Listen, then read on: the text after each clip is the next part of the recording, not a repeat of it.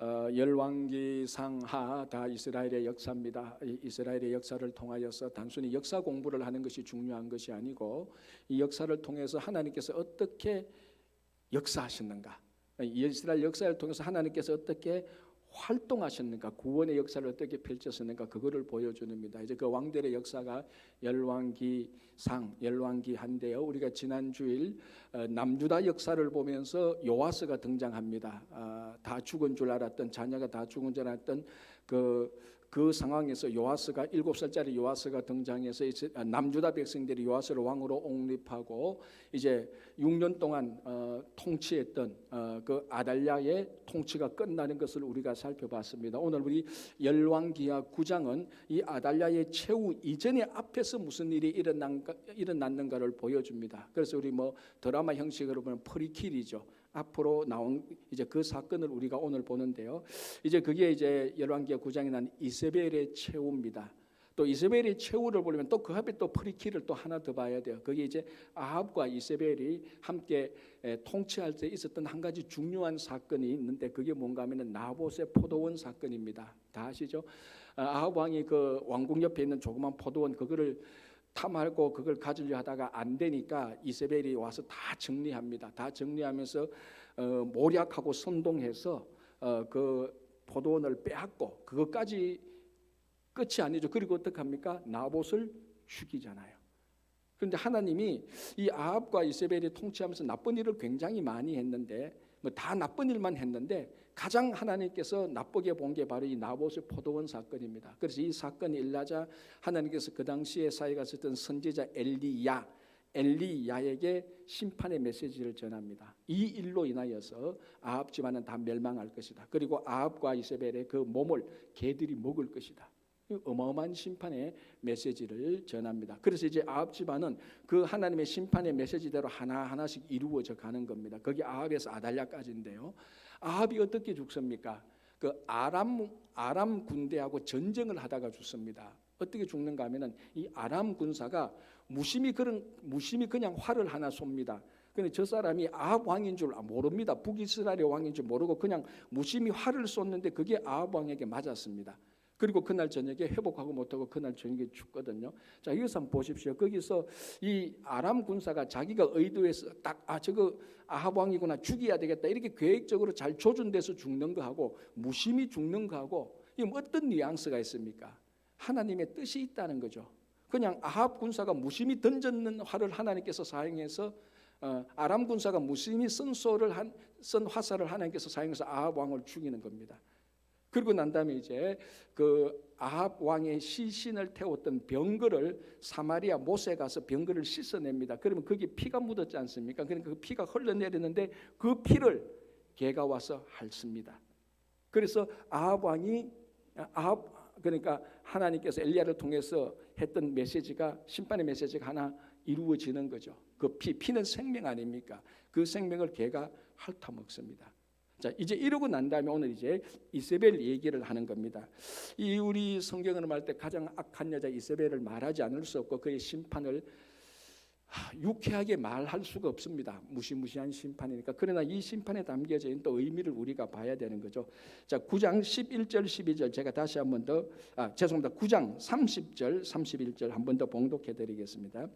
예후가 이스라엘에 오니 이세벨이 듣고 눈을 그리고 머리를 꾸미고 창에서 바라보다가 예후가 문에 들어오며 이르되 주인을 죽인 너 시므리여 평안하냐 하니, 이렇게 됩니다. 자, 이제 하나님께서 아합 집안을 심판하는데 그 심판의 도구로 가장 잘 쓴 사람이 예후라는 사람입니다. 자, 그 북이스라엘 그 왕표 한번 보여주시기 바랍니다. 스크린에요. 자, 여러분 잘 보이십니까? 이제 여기 보면 북이스라엘의 왕들이 있고 제일 오른쪽에 왕조가 있습니다. 그 이제 아합 왕이 속한 왕조가 오므리 왕조죠. 오므리 왕조의 최고가 이제 오므리고 그 앞에 시므리가 있는데요. 그 다음에 오므리 왕조가 끝나고 예후 왕조가 시작되는데 예후 왕조의 첫 번째 왕이 예후입니다. 그래서 하나님께서 아합 집안을 심판하시기로 작정을 하고 예후를 들어서 씁니다.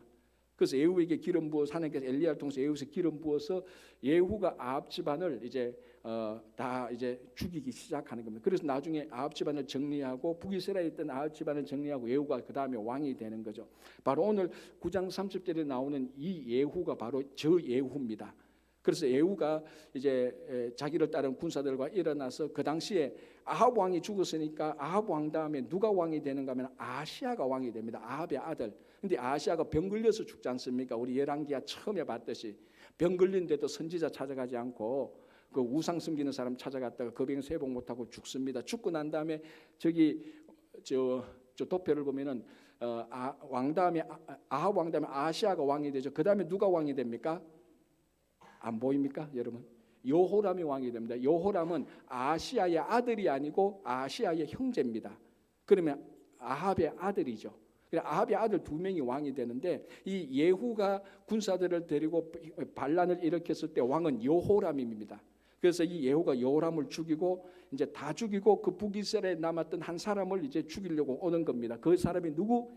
이세벨이죠. 오늘 9장 30절 31절은 그 상황입니다.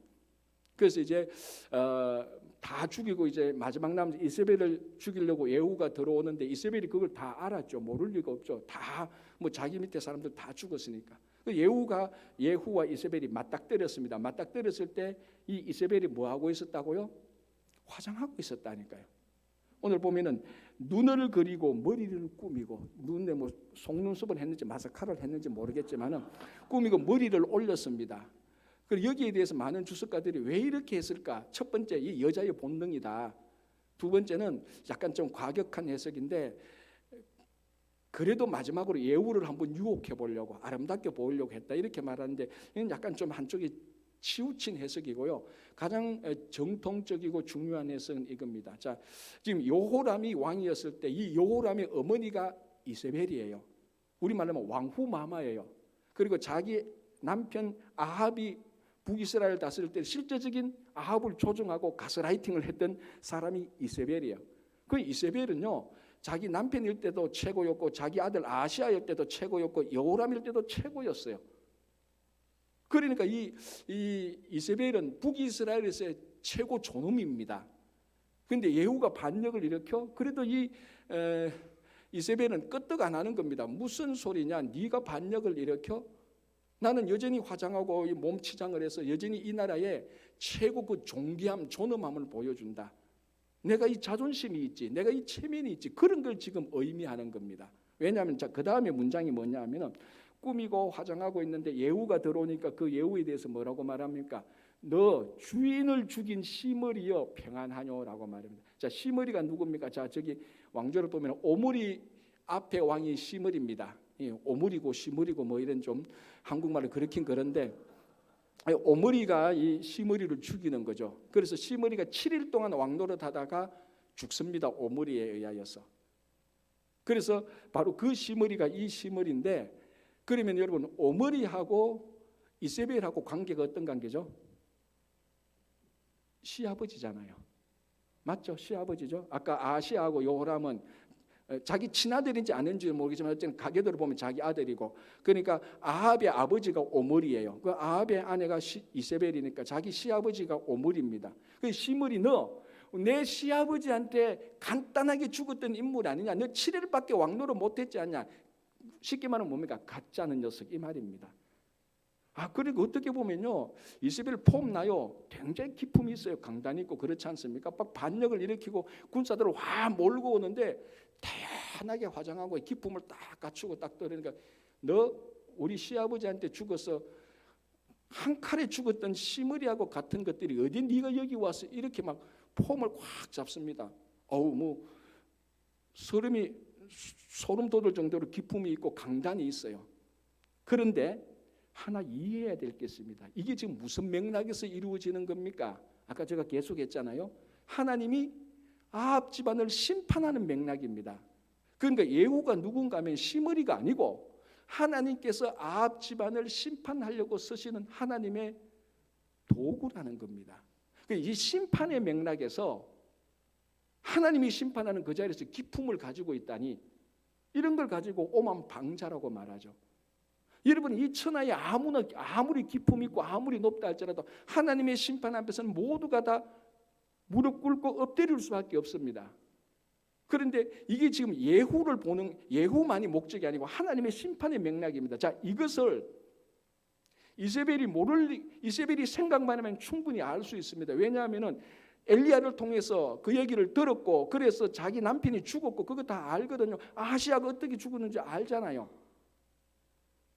그리고 여호람이 어떻게 죽었는지 방금 봤지 않습니까? 그러니까 한 번만 더 겸손하게 생각해 보면, 엘리야가 했던 말, 내 남편이 죽었어. 아하시아가 죽었어. 방금 여호람까지 죽었어.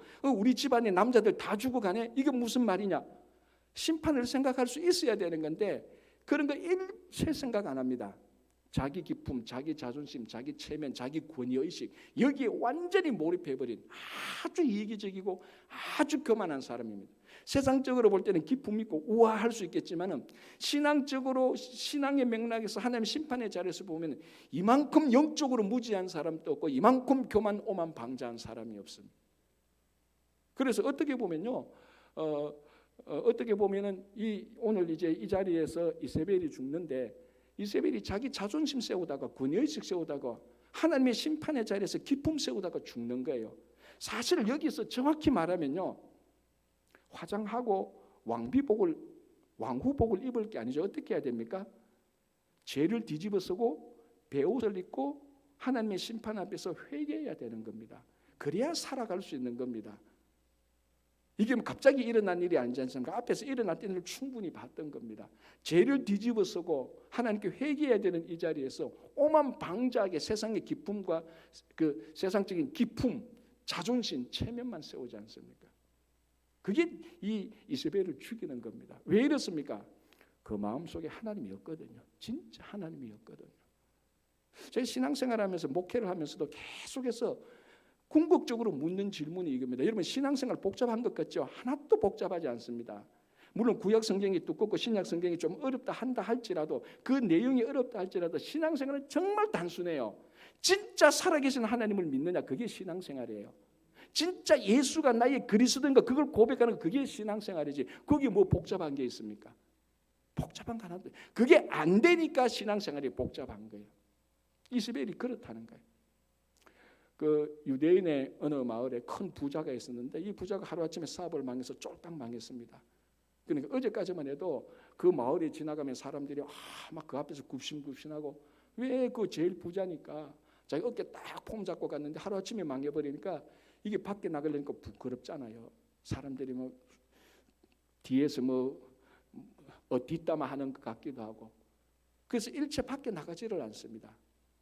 그럼 어떻게 됩니까? 먹고 살 게 없습니다. 진짜로 얼마나 완전히 망했는가 하면은 내일 당장 밥 먹을 끼니가 없는 거예요.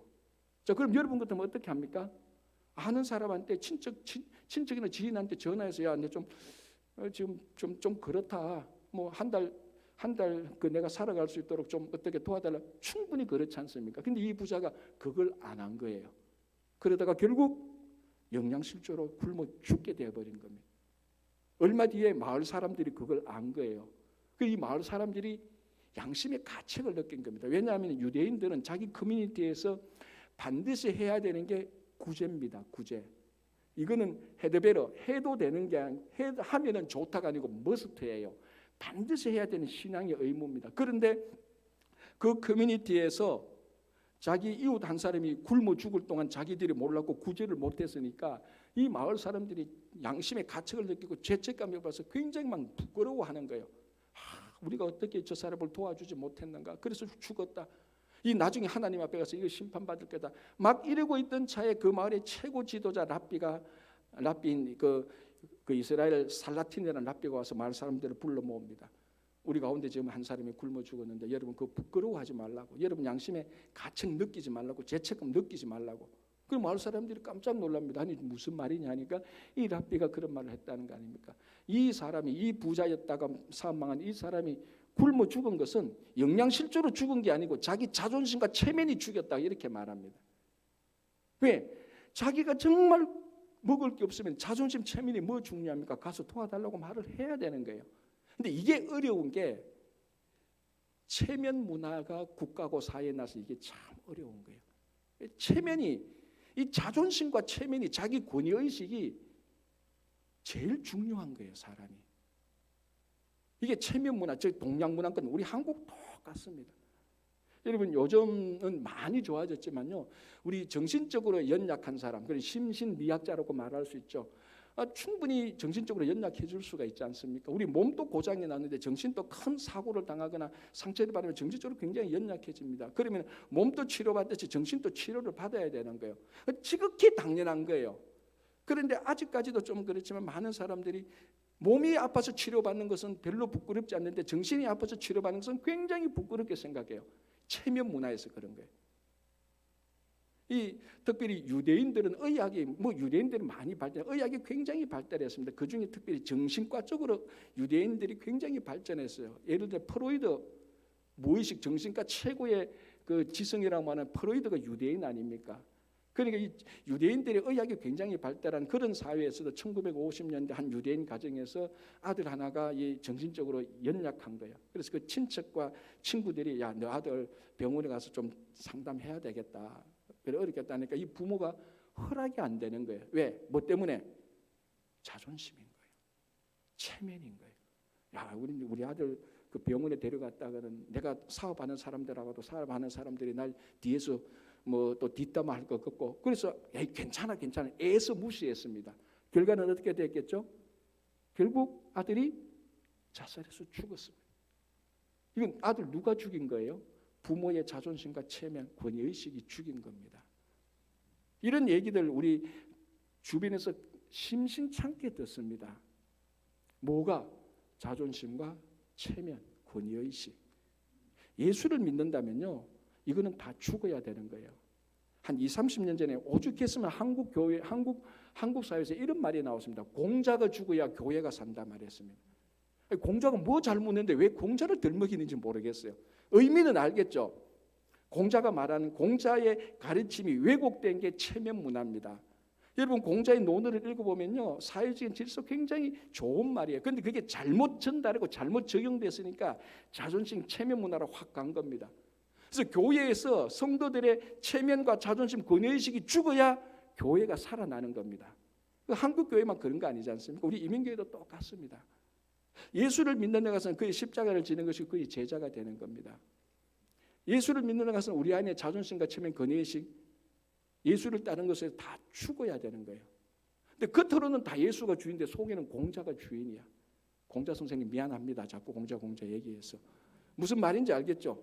겉으로는 주님의 제자라 살아가는데 속에는 여전히 자기 자존심이 허락하는 한, 내 체면이 유지되는 한, 내 권위의식이 손해보지 않는 한 사랑하는 거예요. 내 체면이 유지되는 한 봉사하는 거예요. 내 자존심이 허락하는 한 받아주는 거예요. 그거는 예수가 주인이 아니고 공자가 주인이죠. 하나님에 대한 섬김과 겸손과 희생과 사랑이 주인이 아니고 자존심과 체면과 권위의식이 주인입니다. 이세벨이 또 그거였어요. 또 그거였다. 이세벨을 죽인 것은 바로 그겁니다.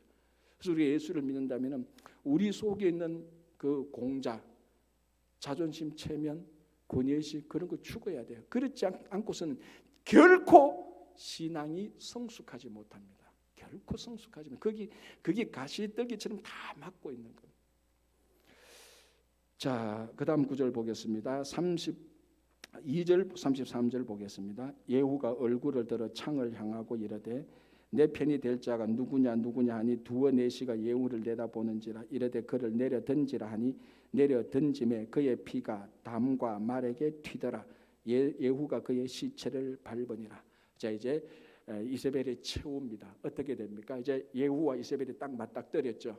이 이세벨이 천지도 모르고 하나님의 심판도 모르고 괜히 기품 찾느라 자존심 찾느라고 막 예후를 무시합니다. 예후가 볼 때는 얼마나 가짜겠습니까? 지금 모든 군사들이 다 예후 편이고 지금 이세벨의 편은 딱 3명 4명밖에 없어요. 누굽니까? 이세벨하고 그의 편은 넷이 2명밖에 없어요.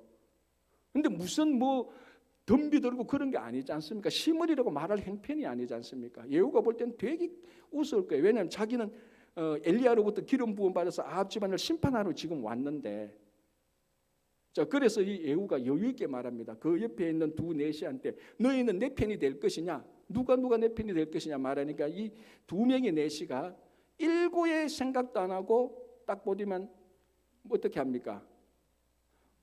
이세벨을 들어서 밖으로 내다 던져버립니다. 그러니까 이 이세벨은 가장 비참한 죽음을 줬습니다. 왜냐하면 첫 번째 자기 가장 첫건 아닙니까? 이 내시는 아마 이세벨의 몸종입니다. 자기 몸을 허락한, 자기 몸을 관리하도록 자기 목숨을 내어준 사람일 수도 있습니다. 몸종이니까 그 사람한테 죽는 겁니다. 근데 죽는 폼도 굉장히 비참합니다. 자, 오늘 본문을 보니까 던졌는데 어떻게 죽은지는 모르겠지만 그 피가 몸에서 팍 터져 나옵니다. 아마 오장육부가 터졌을 수 있겠죠. 피가 나와서 담벼락에 피가 묻고 말에 피가 묻습니다. 그리고 난 다음에 에후가 그 시신을 밟았다라고 말을 하는데 정확히 말하면 에후가 탄 말이 그 시신을 밟고 지나갑니다. 자, 그리고 난 다음에 이제 이 에후가 야 그래도 왕의 딸이 아니냐, 그래도 왕비였다, 왕의 어머니였다, 예의를 갖추자 해서 장례를 치려고 그 시신을 수습하라 그럽니다. 그래서 그 신하들이 이세벨의 시신을 수습하는데 다 수습할 수가 없어요. 뭘만 수습했다고요? 그 두 골하고 손과 발만 수습이 안, 요것만 수습해요. 몸은 개들이 다 먹어버렸어요. 그 살을 개들이 다 먹어버렸다니까. 그 시간에. 자, 이런 죽음을 뭐라고 말합니까?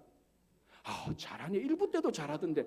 저는 이 설교 준비하면서요, 내가 개죽음이란 말을 설교 단상에서 해야 되나 말해야 되나 굉장히 좀 고민했어요. 그래서 여러분한테 물어보기로 했어요. 여러분들이 분위기를 보고 괜찮다면 제가 하려고 했는데 일부 때도 무슨 죽음 하니까 거리낌없이 개죽음이란 말을 저도 개죽음이라고 말합니다. 이 개죽음 당한 거예요. 사실은 하나님께서 엘리야를 통해서 너 집안은 다 개죽음 당할 거라고 선포한 거예요. 그게 좀 그대로 이루어지는 겁니다. 보십시오. 아합의 피를 개가 핥았어요. 개죽음 당했죠. 이세벨로 그 살을 개가 다 먹어버렸어요. 개죽음 당한 거예요. 죽음 자체도 비참하고요. 가장 측근인 내시한테 죽은 겁니다. 자, 그러면 여기서 이제 한 가지, 그러면 우리가 신앙생활하고 살다가 잔혹하게 죽은 것은 다 개죽음인가? 아니죠. 이건 우리 구별해야 됩니다. 자, 우리 이사야 선지자가 어떻게 죽었는가 하면은 그 외경과 탈무드 전성에 의하면요, 므낫세한테 잡혀서 산채로 톱으로 갈라서 죽은 겁니다. 차라리 이세벨처럼 죽는 게 편해요, 그죠? 산채로 므낫세가 톱으로 다 자릅니다. 얼마나 비참합니까? 근데 이사야의 죽음이 개죽음입니까? 아니잖아요, 그거는. 자, 이 므낫세가 누군가 하면 히스기야의 아들입니다. 히스기야가 죽을 뻔했다가 하나님 앞에 기도해서 15년 생명 연장한 그 사이에 난 아들이 므낫세입니다. 자, 그러면 이사야하고 히스기야 왕하고 관계는요, 히스기야 왕의 멘토가 이사야예요. 그러면은 이사야하고 므낫세하고 관계는 이거 므낫세가 이사야를 쳐다볼 수 없을 정도로 존경과 정말 그 공경해야 될 대상입니다. 나이 차이로 따지면요, 할아버지 뻘이에요. 그런데 이 므낫세가 이사야를 잡아서 톱으로 산채로 죽이는 겁니다. 비참한 죽음이죠. 그런데도 아무도 이사야 죽음을 개죽음이라고 말하지 않아요. 서대반 보십시오. 동족들한테 돌에 맞아서 죽습니다. 이거 여러분 우리나라에 보면 그 마을에 나쁜 일 한 사람 돌로 던져 죽이지 않습니까? 특별히 간음했던 사람들. 그 진짜 비참한 죽음이거든요. 그런데 서대반 죽음을 아무도 개죽음이라고 말하지 않아요. 하나만 더 볼까요? 예수님은 어떻습니까? 예수님이 죽음이야말로 가장 이거 예수님의 죽음이 이 단어를 붙이면 되나? 어차피 여러분이 그 말 했으니까 제 책임 아닙니다. 예수님의 죽음이 개죽음만큼 비참했던 거예요. 겉으로 보면은. 그래서 자기를 따르던 자기를 치료해주고 고쳐주고 먹여주겠던 사람들한테 배신을 당해서 십자가에 달린 겁니다. 이 십자가에 달린 것은요, 우리가 십자가 하니까 지금 뭐 거룩함의 대상이고 뭐 십자가 목걸이도 걸고 귀에 걸는데 그 당시에 십자가는 저주의 대상 아닙니까? 나무에 달린 자마다 저주를 받은 자네라. 그래서 그 예수님을 나무에 달아놓고 저주에 받은 사람이라고 해서 뭐 예루살렘의 사람들이 다 보도록 걸어놨지 않습니까? 그 진짜로요, 그 죽음 그 자체만 보면 진짜 개죽음이에요. 그런데 예수님의 죽음은 가장 영광스러운 구원의 죽음 아닙니까? 자, 이세벨도 잔혹하게 죽었고 이사야, 세대반, 예수님도 다 잔혹하게 죽었는데 왜 이세벨만 개죽음입니까? 자기만을 위해서 철두철미하게 자기만을 위해서 살다가 하나님께 심판받은 죽음은 다 개죽음이에요. 편안하게 죽었다 할지라도요, 철저하게 자기만을 위해서 살다가 별탈 없이 편안하게 죽어도요, 그거 개죽음이에요. 우리가 어떻게 참 이 이사야처럼 우리 선지자에 나오는 제자들처럼 비참하게 잔혹하게 죽어도 하나님의 영광을 위해서 죽으면 그거는 영광의 죽음, 아름다운 죽음 아닙니까? 정말로 여러분, 우리 성도들 모두가 이세벨처럼 이런 최후는 맞이해서는 안 됩니다. 정말로 이런 최후는 맞이 않습니다. 그래서 우리가 살아있을 때 제일 중요한 관심은 뭡니까? 어떻게 우리가 아름답게 죽느냐, 이겁니다. 어떻게 우리가 아름답게 죽느냐. 이 말을 뒤집어 보면 그게 삶에 어떻게 바르게 사느냐, 그 의미가 있는 거죠. 여러분, 인생은 어디서 시작했는가, 어디서 출생했느냐, 어디서 태어났느냐, 즉 어디서 시작했는가가 중요하지 않습니다. 인생은 어디서 죽었느냐, 어떻게 죽었느냐, 마지막 장소를 보고 인생을 결정하는 것 아닙니까? 그래서 중요한 것은 우리가 마지막 내 출생이 어떻고 배경이 어떻고 그거 가지고요 사람들이 평가하지 않습니다. 평가한다 해도 중요하지 않죠. 내가 어디서 어떻게 내 마지막 인생의 종점이 어땠는가, 그걸 가지고 평가를 받는 겁니다.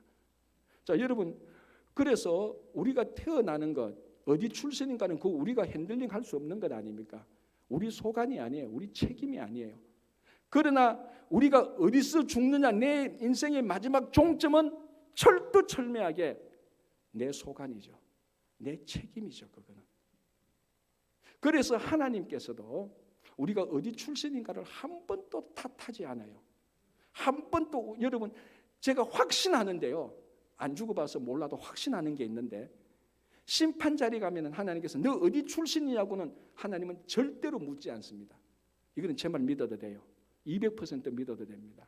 그러나 뭘 심판하느냐, 마지막에 네가 어떻게 죽었느냐, 하나님께서 그거 심판합니다. 그래서 우리 믿는 자들은요, 우리가 어떤 환경에서 태어났고 그 환경 때문에 내가 인생을 왜 이렇게 사느냐, 그거 탓할 필요가 하나도 없어요. 왜? 하나님께서는 그거 안 보니까. 하나님께서 안 보시는 거, 거기에 얽매여가지고 평생을 열등의식에 빠지고 우울의식에 빠질 필요가 하나도 없다니까. 하나님께서 그거 안 봐요. 하나님께서 보시는 건 뭡니까? 우리 마지막이 어떻게 끝나니, 그걸 봅니다. 그래서 하나님께서 보시는 걸 우리가 봐야 되지 않습니까?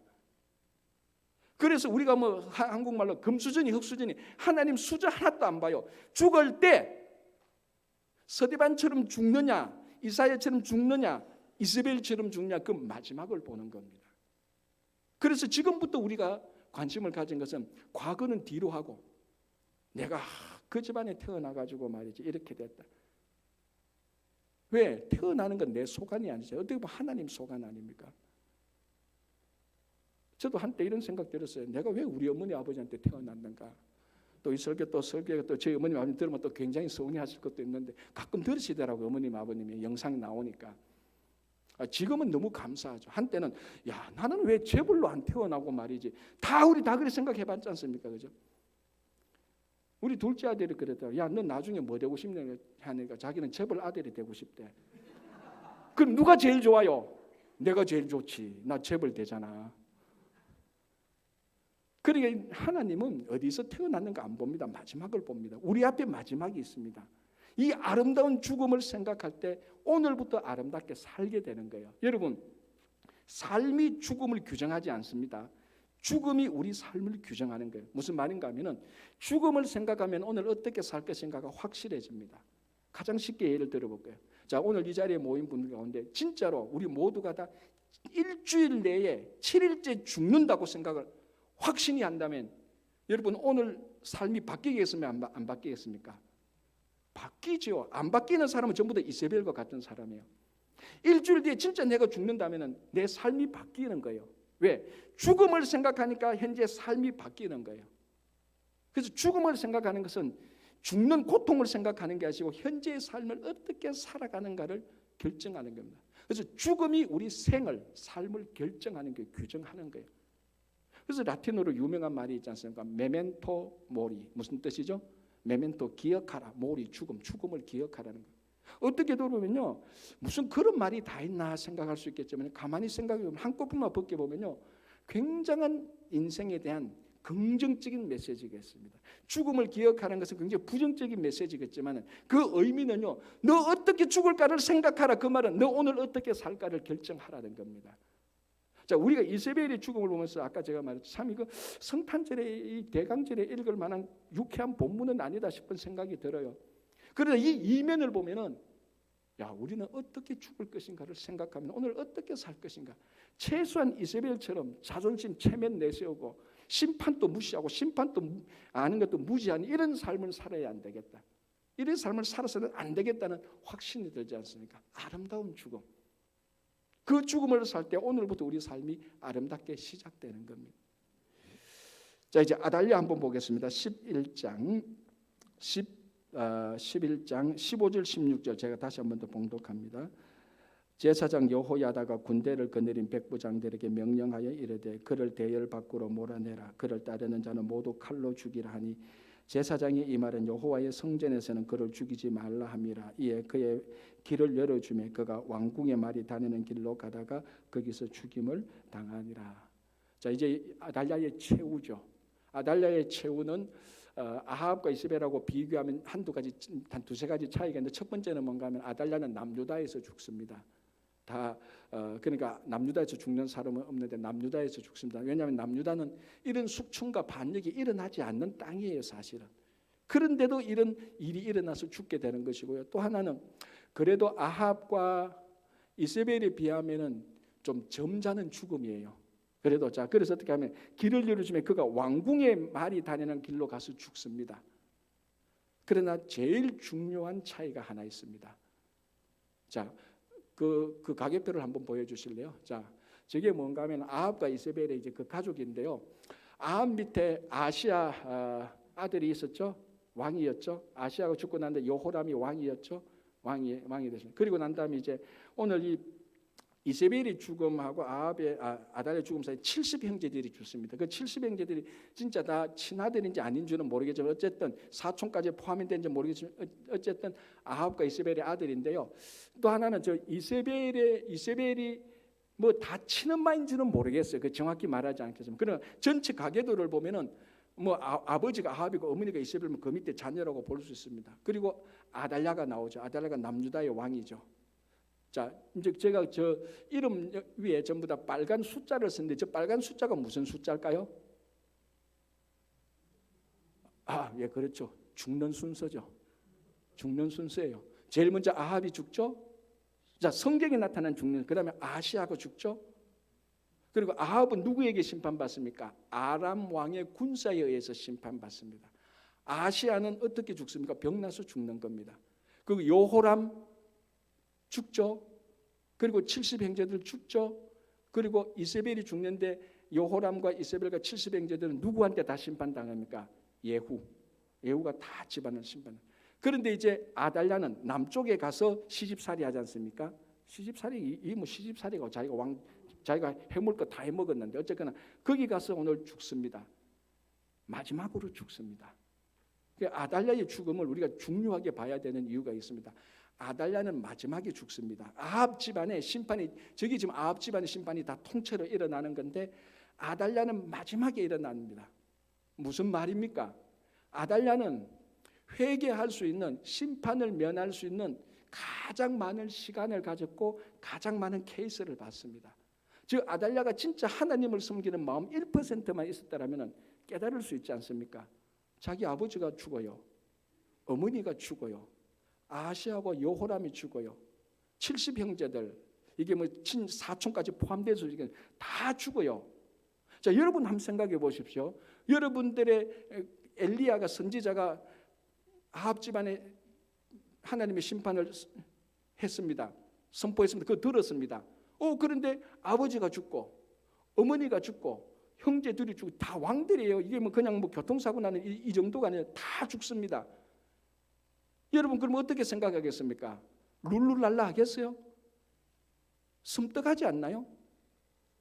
안 그런데 얼굴 표정을 보니까 섬뜩합니다. 그러면은 야 이거 뭐 잘못되었다라고 분명히 하나님의 메시지를 들을 줄 알아야 되는데 아달랴는 그거 못 듣는 거예요. 그리고 아달랴가 마지막으로 아합 집안의 죄인으로서 악인으로서 죽는 겁니다. 그래서 아합 집안이 심판되는데 아달랴의 죽음 다음에는 결정적으로 중요한 메시지가 하나 있는데요. 열왕기하 11장 20절 오늘 본문은 읽지 않는데 이렇게 되어 있습니다. 11장 20절 온 백성이 즐거워하고 온 성이 평온하더라. 아달랴를 무리가 왕궁에서 칼로 죽였더라. 자, 온 백성이 절구하고 온 성이 평화로웠습니다. 샬롬이 이루어졌는데요. 두 가지 이유 때문이에요. 17절에서 19절 보면요, 이 아달랴를 이제 아달랴 처우를 만져가고 요하스가 등장하지 않습니까? 지난주에 방금 요하스가 진짜 요하스가 등장해서 왕이 되고 여호야다가 아달랴가 만들었던 우상 같은 걸 다 정리합니다. 그리고 백성들이 야 이제 드디어 우리 하나님을 제대로 섬기게 됐네라고 좋아하고 온 성이 평화로웠어요. 첫 번째 이유. 두 번째는 20절에서 그대로 말하는 것처럼 절묘한 선포를 합니다. 아달랴를 무리가 왕궁에서 칼로 죽였다. 무슨 말입니까?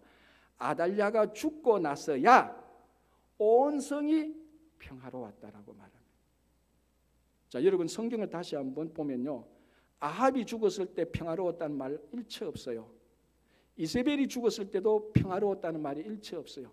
아시아, 요호람 70형제들이 다 죽어도요, 성경은 아직 평화로웠다는 말은 안 써요. 누가 죽을 때? 아달랴가 죽어야 돼. 왜? 죄의 마지막까지 죽어야 평화가 오는 겁니다. 아합 하나 죽어서 평화가 안 오는 거예요. 아직 남았어요. 평화가 오려면 이세벨도 죽어야 되고 죄의 단계가 있는데 죄의 여러 종류 그거 다 죽어야 돼요. 그런데 오늘 열왕기 11장 20절은 아달랴가 쉽게 해석하면 이럽니다. 아달랴가 드디어 죽었다. 그래서 온 성이 샬롬 평화가 왔다. 아달랴가 누구요? 아합 집안의 마지막 죄다. 죄가 싸그리 다 정리됐다. 그래서 평화가 왔다는 겁니다. 여러분 이 온 성이 평화로웠다라는 이 표현은요, 구약 성경에서 요수아에서도 나오고 사사기에도 나와요. 성 대신에 땅이라고 나옵니다. 히브리어 문법으로 똑같은 문구가 나와요. 요수아에서도 온 땅이 평화로웠더라. 사사기에서도 온 땅이 평화로웠다고 말하는데 이게 언제 사용되었는가 하면요, 요수아의 중요한 메시지가 뭡니까? 요수아가 가나안 땅에 들어가서 이방 민족을 정복하지 않습니까? 사실은 정확히 말하면 사람을 정복하기 전에 그 안에 있는 이방인들의 죄를 정복하죠. 사사기는 뭡니까? 이스라엘 백성들이 죄를 지었을 때 이방 민족이 쳐들어와서 죄 가운데 삽니다. 그때 사사가 나타나서 죄를 다 물리치죠. 여호수아는 죄를 정복한 사람이라면 사사들은 죄를 물리친 사람이에요. 이게 정복하든 물리치든 대상은 죄입니다.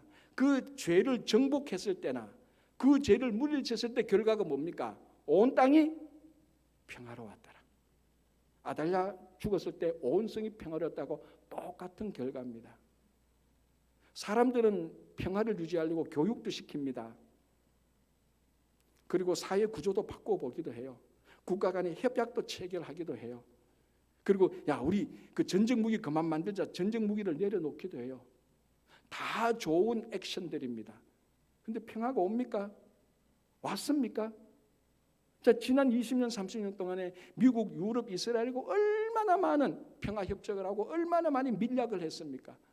얼마나 많은 책들이 쏟아나와서 평화에 대해서 얘기했습니까? 결과는 뭡니까? 지금 여전히 이스라엘 하마스하고 전쟁하고 러시아 우크라이나 전쟁하고, 여러분 지도를 펴놔가지고 전쟁 분쟁이 있는데 빨간 불 한번 그 빨간 줄로 표시해 보십시오. 지도가 벌겋게 돼요, 진짜로. 이렇게 인간들이 노력했는데 왜 평화가 안 옵니까? 죄. 이걸 건드리지 않고, 죄는 건드리지 않고 아무리 인간적인 교육 시켜본들 그 교육이 죄를 건드리지 않는 한 평화는 오지 않습니다. 여러분, 그 조선 최고의 의사가 누구죠? 허준 아닙니까? 뭐 비견할 수 없었는데 허준입니다. 허준의 유명한 동의보감이 있고요. 허준이 썼던 책이 또 신찬 벽온방이라는 책이 있어요. 이게 왜 유명해졌는가 하면은 이 책의 내용이 뭔가 하면은 조선시대 때 국가의 전염병을 예방하는 책이에요. 근데 이게 왜 유명해졌겠어요? 코비드가 터지면서 국가 전염병 탁 터지니까 허준을 아는 사람이 와, 허준은 조선시대 때 전염병 예방하는 책을 썼다 해서, 그래서 그 허준이 썼던 그 신찬 벽온방이 좀 각광을 일으킨 적이 있어요. 거기에 보면은 이런 내용이 나옵니다. 허준이 얼마나 명인가 하면요, 국가에 있는 전염병이 생기는 이유가 4가지라고 말합니다. 진단을 하죠. 왜 전염병이 생기느냐? 첫 번째가 뭐냐면은 자연 운기의 변화. 동양 사상 냄새가 나죠. 운기, 뭐 기운이 있다, 이런 게 있어요. 두 번째가 뭐냐면요, 청결하지 못한 환경이라고 말합니다. 환경이 청결하지 못하니까 전염병이 생겨. 요까지는 그랬다 치는데 세 번째를 뭐라고 말하는 줄 압니까? 청렴하지 못한 정치래요. 그럼 별로 감동 안 합니다. 전 진짜 감동받았어요. 아니 조선시대 때 전염병이 정치 시스템하고 무슨 관계가 있다고, 그걸 말하는 조선시대 의사가 누가 있느냐고. 이 허준이 천재 중에 천재인 게, 이 국가에 전염병 생기는 이유는 청렴하지 못한 정치 때문이라는 겁니다. 그 국가 시스템에 문제가 있다는 것을 지적한 겁니다. 이 세 번째는, 네 번째는 뭔 줄 압니까? 제가 진짜로 눈물 나올 뻔했습니다. 뭔 줄 압니까? 네 번째 이유가요, 위로받지 못한 영혼이래요. 이해가 돼요, 여러분? 조선시대 예수를 안 믿는 허준이라는 사람이 국가의 전염병의 마지막 원인은 위로받지 못한 영혼이랍니다. 여러분, 이게 좀 우리 한국의 그 무속 보면은 달걀 귀신도 나오고 총각 귀신도 나오고 처녀 귀신도 나오는데, 그 모든 귀신들의 공통점이 뭔지 아시죠? 왜 구천을 떠들고 있습니까? 위로받지 못해서 그래요. 그 영혼이 위로받지 못해서 그래요. 억울한 거예요. 너무너무 억울하게 죽었으니까. 이게 구천을 떠들고 있다 그러셨습니까? 그 무속 쪽에서는. 그래서 굿하는 게 그 영혼을 위로하는 거예요. 너 잘못 없다, 너 억울하지 않다, 그 위로하는 거예요. 그게 굿이에요. 자, 지금 그걸 말하려고 하는 게 아니고, 위로받지 못한 영혼의 핵심의 단어가 뭡니까? 속죄함 아닙니까? 그 죄가 그대로 있는 겁니다. 그 위로받지 못, 그래서 죄가 이 땅에서 자기가 당한 억울함 때문에 생긴 그 죄가 해결되지 않으니까 영혼이 위로받지 못해요. 그것 때문에 전염병이 있대요. 그러니까 이 세상에 일어나는 전염병하고 영적인 세계하고 허준이 연결시켜서 얘기했다는 거예요. 야, 이거 진짜 이분은 목회를 했어도 진짜 잘했을 것 같아. 그 전염병을 보면서 영적인 것을 딱 알아챘으니까 제가 진짜로 눈물 나올 뻔했다니까요. 와, 우리 조상 가운데 이런 명의가 있다니. 자, 제가 하고 싶은 말은 이제 이겁니다. 이 땅에 생기는 전염병도 영적인 문제, 죄와 연관시켰습니다. 평화는 오죽하겠어요. 이 평화가 영적인 죄의 문제와 연관이 없다는 걸 누가 말하겠습니까? 아무리 노력을 해도 이 죄의 문제를 해결하지 않으면 평화가 오지 않습니다.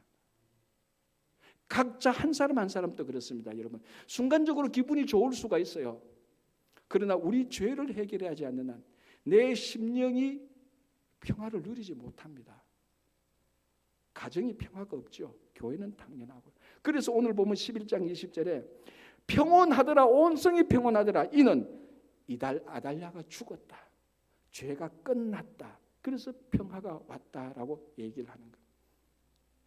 그런데 아합으로부터 아달랴까지 죽는 사람들은 전부 다요, 수동적으로 죽임을 당합니다. 무슨 말인가 하면 심판을 당해서 그 죄가 죽는 거예요. 자, 이제 우리가 대강절이고 성탄절을 기다립니다. 성탄절은 예수 그리스도께서 왕으로서 죄를 심판하시기 위해서 이 땅으로 오는 날입니다. 그 죄를 심판하시는 예수 그리스도에게 우리 삶을 맡길 때 우리 안에 있는 아달랴의 죄까지도 속죄하고 죽게 되는 겁니다. 여러분, 아달랴의 죄까지 예수 그리스도의 은혜로 말미암아 죄가 해결돼야 그때 평화가 옵니다. 아합 하나 죽어서 안 돼요. 이세벨 하나 죽어서 안 됩니다. 아달랴까지 끝까지 이 죄가 해결돼야. 이게 어떻게 해결됐냐? 하나밖에 없습니다. 예수 그리스도, 우리 죄를 해결해 주시는, 그래서 십자가에 달려 돌아가신 예수 그리스도, 이 땅에 이번에 이 성탄절에 오시는 예수 그리스도를 영접함으로 우리 안에 있는 죄가 아달랴의 죄까지 다 해결돼야 평화가 오는 겁니다. 그래서 이번 성탄절에 오시는 주님을 기다리며 그분이 우리에게 평화를 주시려고, 우리 죄를 속하려 오시는 그분을 믿고 여러분 삶 속에 평화가 가득한 가정과 일터와 교회가 여러분 되시기 바랍니다. 기도하겠습니다. 하나님 감사합니다. 참 우리가 예수 믿는다고 하면서 예수의 제자가 아니고 공자의 제자가 되어서 무슨 일이 생기면 자존심 내세우고 체면 내세우고 권위의식 내세우고, 아버지 하나님, 이제 그런 것에서 벗어나서 예수가 우리의 주인이 되게 하여 주시옵소서. 주님, 정말 아름다운 죽음을 준비하면서 오늘부터 아름다운 삶이 되게 하여 주시고, 이 땅에 죄를 속하려 오시고 죄를 해결하시고 평화를 주러 오신 예수님을 잘 믿어 주님과 영광 돌리고 기쁨이 넘치는 성탄절 되게 하여 주시옵소서. 예수님 이름으로 기도합니다. 아멘.